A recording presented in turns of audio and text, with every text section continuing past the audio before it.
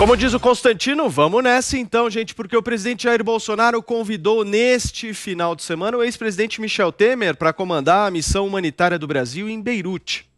Temer, que tem origem libanesa, aceitou chefiar a missão organizada pelos Ministérios da Saúde, Defesa e Relações Exteriores. Entretanto, a viagem do ex-presidente, que já está marcada para a próxima quarta-feira, precisa sim ser autorizada pela Justiça. Preso e solto 2 vezes em 2019, Temer está proibido de deixar o Brasil sem passar por esse procedimento.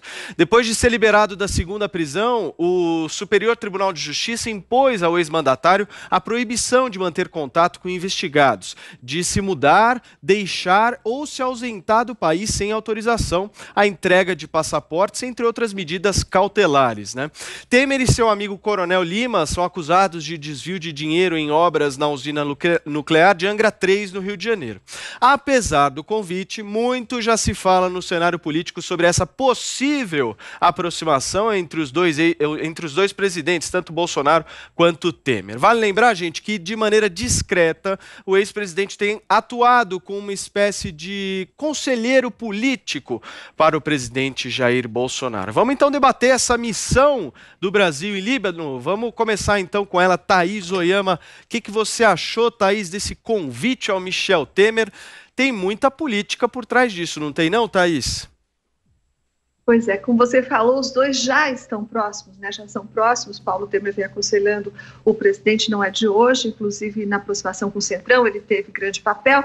E daí eu fico pensando se ainda existe algum bolsonarista capaz de dizer que o governo Bolsonaro combate a velha política, né, Paulo? Porque mesmo o bolsonarista mais fanático, mais bem intencionado, aí deve ter problemas para explicar para ele mesmo como é que um governo que afaga o Centrão, o velho MDB, o ex-presidente Michel Temer, como é que esse governo pode se dizer contrário ao establishment e à corrupção? E não é só a corrupção dos outros que eu estou falando, porque o presidente Bolsonaro já tem os seus próprios problemas domésticos, né? Eles começaram lá com o que era o caso Flávio, e agora já não pode mais ser chamado de caso Flávio, contando cheques do Queiroz depositados na conta da primeira-dama, Michele Bolsonaro. Aliás, o presidente não vai falar nada sobre isso, não, até agora não falou, né?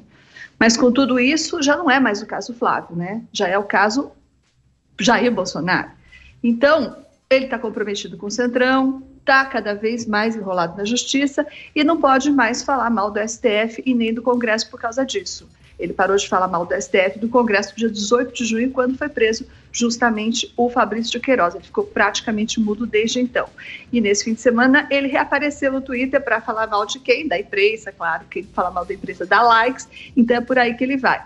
Ele falou mal da TV Globo e é muito menos arriscado falar mal da imprensa, né? Alguém nas condições dele se arrisca muito menos falando mal da imprensa do que falando mal do STF e do Congresso, né, Paulo? Agora, quanto ao ex-presidente Temer, o fato de ele ter que conseguir permissão da Justiça para viajar e, portanto, para aceitar o convite de chefiar a missão libanesa, isso já diz muito sobre o convidado, né, o presidente Michel Temer, e sobre quem o convidou, o presidente Jair Bolsonaro, que já pode ser chamado de o mais novo entusiasta da velha política. Muito bem, e você aí no Twitter, participando conosco através da hashtag 3 em 1, o que você achou desse convite do Bolsonaro ao ex-presidente Michel Temer? Manda aí o seu tweet que daqui a pouco vai aparecer aqui no telão. E aí, Consta, o que você achou, hein, desse convite? Você vê de uma maneira positiva, negativa? Você fica com o pé atrás? Qual que é a tua avaliação? Paulo, quando se trata de política, eu sempre estou com o pé atrás, né? Mas eu vejo com naturalidade isso. Olha, o Michel Temer tem pais libaneses, tem uma rua no Líbano com seu nome, né? Ele é o ex-presidente da República, então isso dá um peso à missão diplomática muito grande. O Brasil não está sozinho nessa ajuda humanitária, ele está junto com vários outros países, mandando mantimentos, arroz e tudo mais.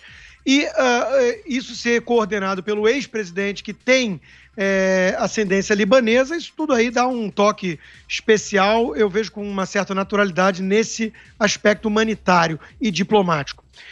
Em relação ao Líbano, propriamente dito, né, claro que toda ajuda é bem-vinda, a explosão deixou uma situação mais calamitosa ainda, mas é preciso lembrar que temos no governo lá o Hezbollah, é um grupo terrorista, né, xiita, inspirado no Irã e apoiado pelo Irã, corrupto ao extremo, então nada vai melhorar muito no Líbano sem a saída do Hezbollah do poder. Sobre essa questão política interna do aceno ao Centrão, e o Temer já vem também agindo com um certo pragmatismo em relação ao governo Bolsonaro, não aceitando aderir a certas pressões ali de grupos opositores, incluindo o ex-presidente, que querem de alguma maneira derrubar o governo, né? Eu acho que é uma mão de via dupla aí. O presidente Bolsonaro tem, sim, se aproximado desse centro. O Centrão não é só esse grupo, tem que lembrar que o Congresso inteiro é dominado, salvo raríssimas exceções, por esses grupos mais fisiológicos.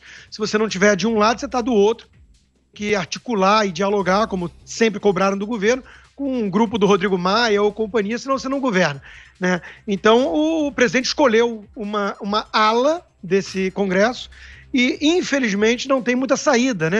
A política não é o ambiente para os mais românticos e ingênuos. Então, é preciso combinar com os russos, no caso, aqueles que foram eleitos por um sistema muito ruim, é verdade, mas foram eleitos e estão lá supostamente representando a população. Veja, o Michel Temer e o Bolsonaro têm uma coisa que eu vejo em comum.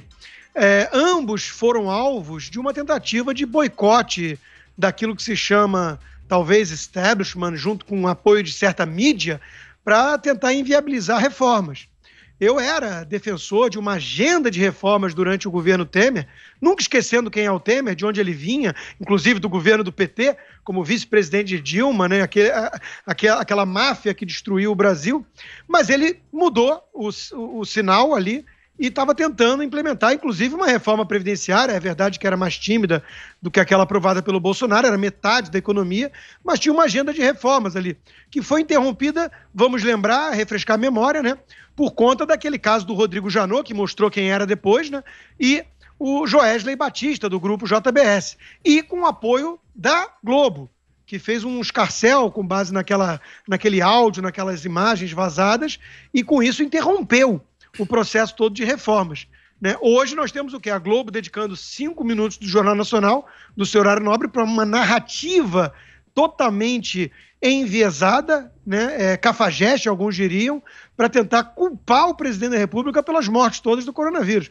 Isso tem, obviamente, uma outra agenda por trás, que não é a agenda humanitária, já que a gente está falando de ajuda ao Líbano, né? Não é uma agenda humanitária, tem uma agenda política por trás. Então, nesse aspecto, Bolsonaro e Temer estão parecidos mesmo. E eu já chamei, em outra ocasião, o governo Bolsonaro atual de uma espécie de Temer 2.0 melhorado, porque tem um ministério bem melhor. Então é isso, né? Não podemos esperar milagres. Se continuar sem escândalo de corrupção e com uma agenda boa de reformas, está mostrando mais ou menos para que vem. Azedo, quero ouvir um pouco a sua avaliação. Na sua opinião, Azedo, você acha que essa aproximação com o Temer melhora a governabilidade do Bolsonaro?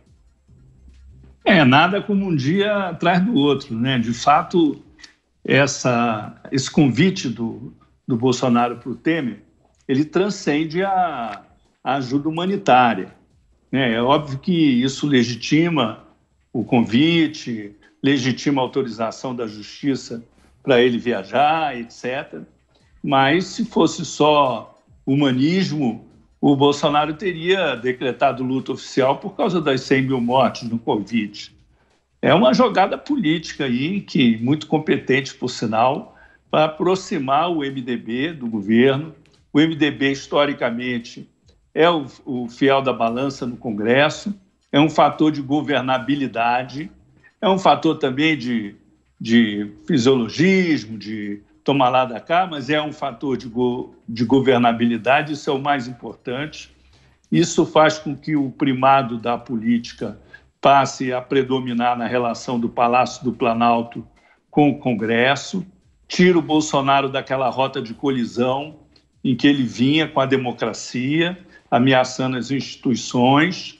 É um sinal de que daqui para frente ele vai apostar cada vez mais na política. E isso é bom, eu acho que é um avanço em termos institucionais. Agora, vai depender muito da forma como ele se relacionar com o MDB, os desdobramentos disso, do ponto de vista, por exemplo, da eleição da mesa da Câmara, da eleição da mesa do Senado.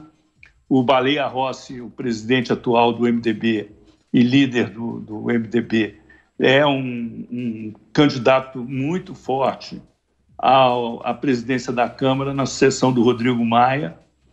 Tê-lo como aliado é melhor do que tê-lo como adversário.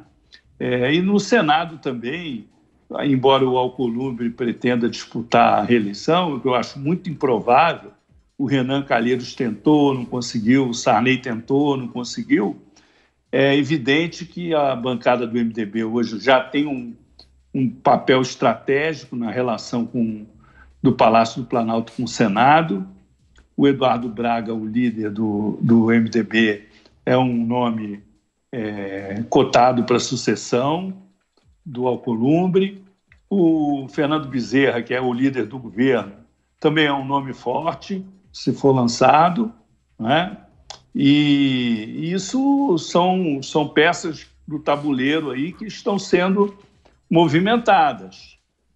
A gente tem que passar a encarar esse momento aí do governo Bolsonaro como um contexto novo em que a questão da reeleição dele tem uma influência enorme, mas tem um pouco também a ver com a necessidade que ele tem, até por causa das denúncias que estão se acumulando no caso Queiroz, de garantir mais governabilidade, mais apoio no Congresso.